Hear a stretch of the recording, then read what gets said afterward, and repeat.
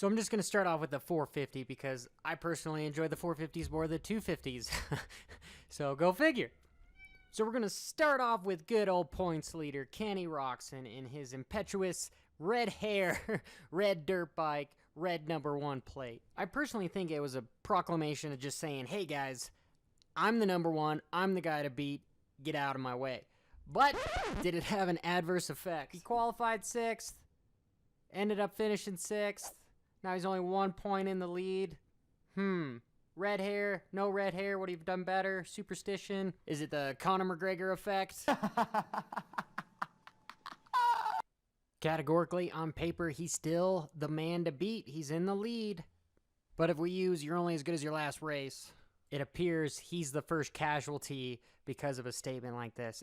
And I may be probably looking more into this. I just know from racing, there's just little dumb shit that can take you out mentally, and sometimes you set yourself up for it. So I want to know what you guys think. Next, I'm going to talk about Martin Davalos. Look at this in the main event. Him go over the tough block. No, super save.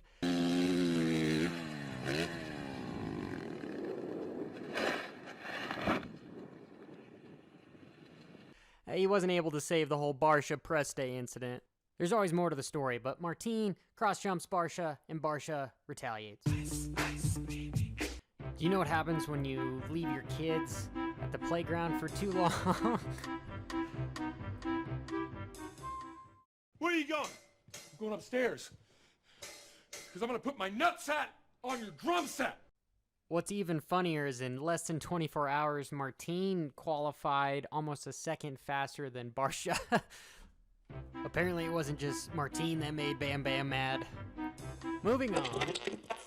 So AC and Cooper went back and forth quite a few times. I get the impression that there's some bad blood floating around between these two. How do you feel about it? Yeah, Conor McGregor, you're taking everything I work for, I'm gonna fight your ass.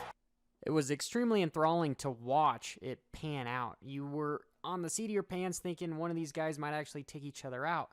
And they've got two very specific skill sets when it comes to racing. You have one rider, AC, who is the fastest qualifier. This particular race was almost a half a second faster than the rest of the field, but come the 15-minute mark, he struggles. If you're not super strong those last 6 or 7 laps, you're not going to win. So, and then you have Webb, who is somebody that struggles with raw speed, but his just race IQ seems to be head and shoulders above everyone else. And lack of a better word, he's just crafty. He turned one of his biggest weaknesses into his biggest advantage this weekend with the whoops by going 3, 4, 4, or however many he was jumping. And when the lap times are roughly 49, 50 seconds, they ended up doing 25 laps. Well, if you're jumping, you're saving a lot of energy. The whoops are one of the most taxing rhythms on a Supercross track for a rider. And over 25 laps, that's a big deal. Webb just let AC do his thing, put down some really hot laps, didn't let him get too far away, and then wore him down.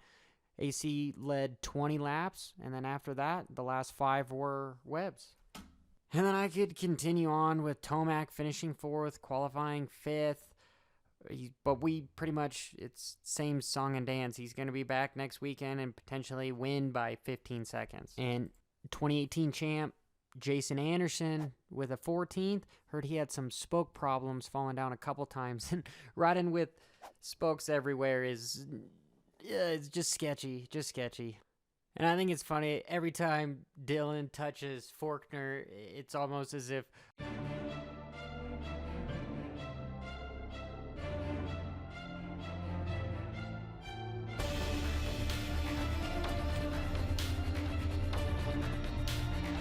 Faulkner just flies off the track as if Dylan's got the coronavirus. I just have to give it up to Ferrandis. Just everyone keeps booing him, and he's using it as fuel. You're